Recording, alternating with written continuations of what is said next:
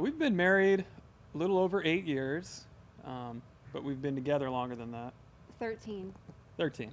We met at work. I had just started, and he worked on the first floor, and I had seen him, and I thought, oh, he's cute. But, Of course. I mean, I was focused at work. I didn't, I wasn't looking for anything, so. Yeah, I know, it's a lot of engineering, so not a whole lot of ladies in the building. You kind of notice when the new cute girl starts. So I tried to find a way to talk to her, and at first she wasn't having it. I was like, man, this new girl is mean. Just mutual friends, Eventually, I knew a girl that knew her, and it's like, oh, you gotta get me in there, and it worked out. Yeah, I actually grew up in the church. Yeah. Yeah, and I was baptized Lutheran. I went to private school till like 6th grade. So I mean, I've always been a Christian. I've always believed in Jesus. I just hadn't been practicing a whole lot.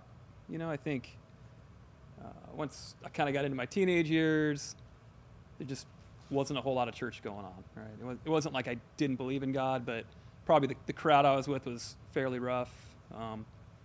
We didn't. Parents got divorced. We didn't live in a great neighborhood. Just rolling with the skateboard crowd, and just not a whole lot of church specifically.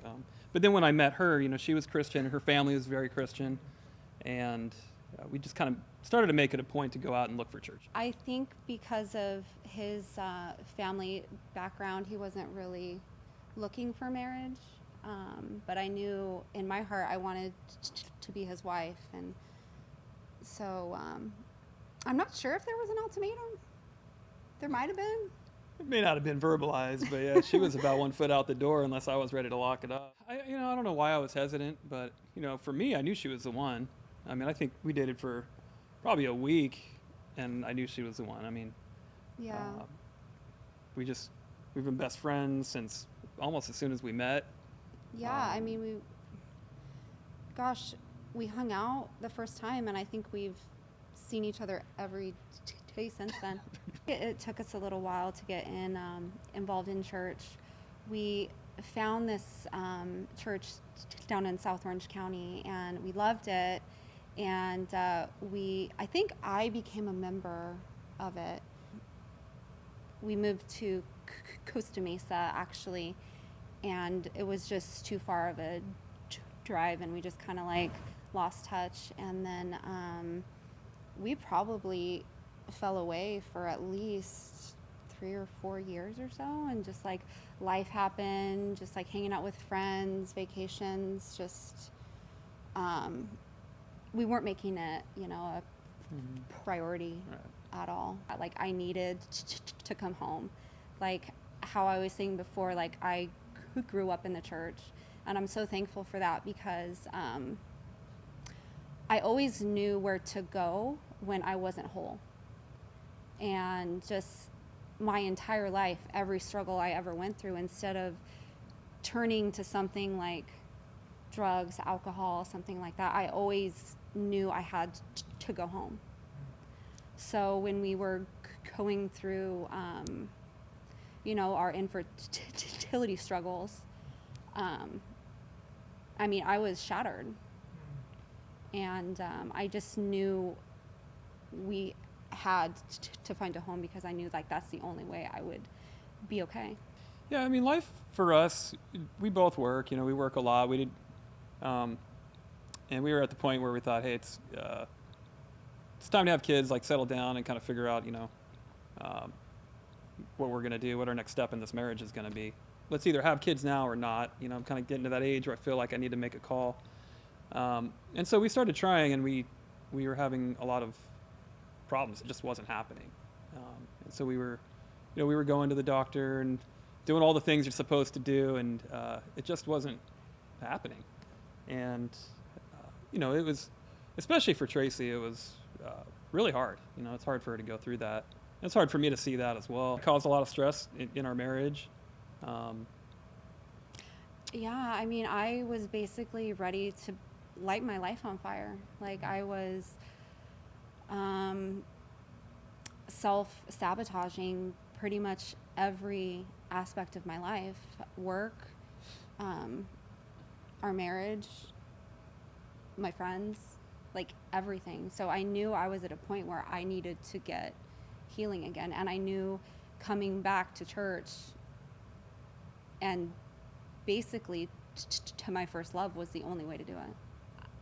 I'm not sure why I didn't think to come back at that point, but I chose science over faith, muscle my way through it and make it happen my way. I just got to a point where I was so shattered mentally that if I would have heard one more no, I don't think I would have survived it at all. So I think that was probably the catalyst, the issues that we were having at home. And we literally just started looking for churches up in this area. And we've been to a few. I think some of them were kind of the bigger mega church kind of things. It just didn't feel, like she says, home. It didn't feel like a home. So we were searching in the neighborhood, and the sanctuary popped up. And, I grew up skateboarding, and so I saw Pastor Christian and you were here, and I said, man, this is something I at least got to check this out. We came in one day, and it, just right off the bat, the first thing I noticed was the message. I mean, it really seemed like the pastor was talking to me. So I think probably the next week we came back again, and it was a totally different message. But again, I felt like, boom, it nailed something that was going on in our life. But then it also has this vibe. There's such a great vibe here. You come in, and people just really embraced us from the start. You get in. I grew up in different churches as a kid, and there's always kind of this. I don't know. They can be very judgy, and it gets real cliquey, and it's more about the people than it is about the spirit, and everybody's here for God. It's kind of more of like a popularity contest or something, So I didn't get that vibe here. I feel like here it's very welcoming. Everybody is very inclusive. You don't have the egos. I mean, people come from every walk of life here. And then too, I mean, like I said, I grew up in church, and I've learned so much from this church. I never even heard of spiritual warfare. I didn't even know anything about the Holy Spirit. I didn't know speaking in tongues. I had no idea. So coming here, I just felt like my eyes were open and just whoa. I was sitting over there, and it was one of the first points that hit home was the first message, and you were talking about even if you don't like the situation you're in, for work, I think you use the illustration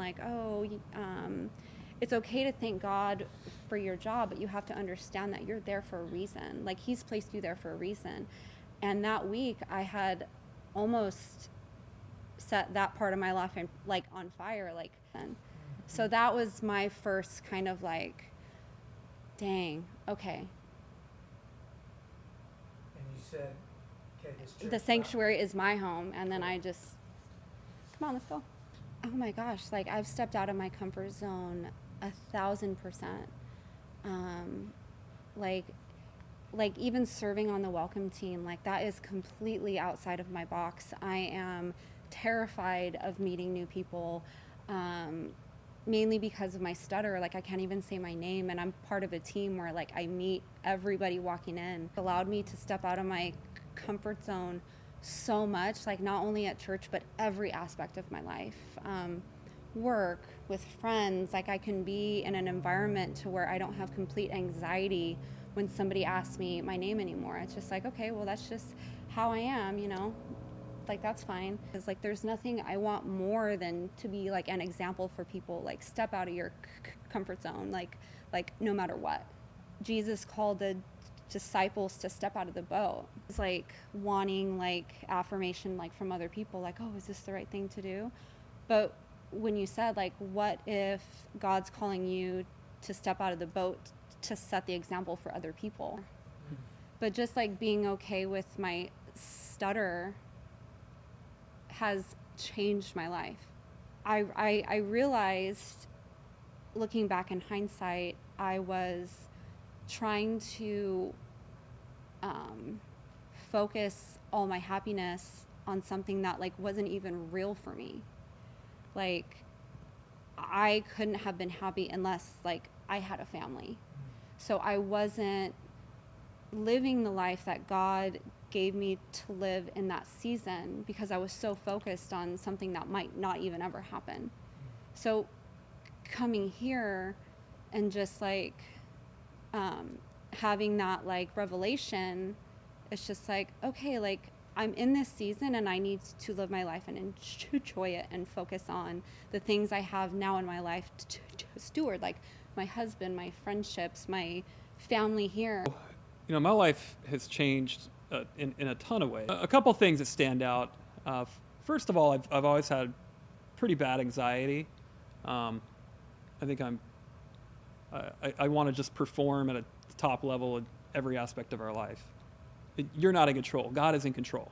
You know, I've been able to really internalize that and just say, look, I'm giving this up to God. I'm going to let him handle this plan. Tithing, you know, we don't even question it anymore. It just, the paychecks come in, we take the number, we do 10% and boom, it goes in. And regardless, you know, that's the first bill we pay. And I tell you, since we've started coming here and really throughout our life, anytime that we're tithing religiously, consistently, we're never in trouble. Here are just some of the relationships that I've been blessed with. I feel like since we've started coming consistently, one, inside of the church, I mean, we've just met incredible people.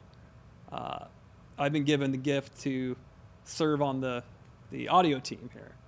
And I mean, I've just been surrounded by amazing people that have, you know, just been great friends to me. And they've taught me an entirely new skill that I hopefully now can use for the Lord to, you know, potentially get more people through the door, like what they hear, stay here, and ultimately keep people from going to hell from Southern California.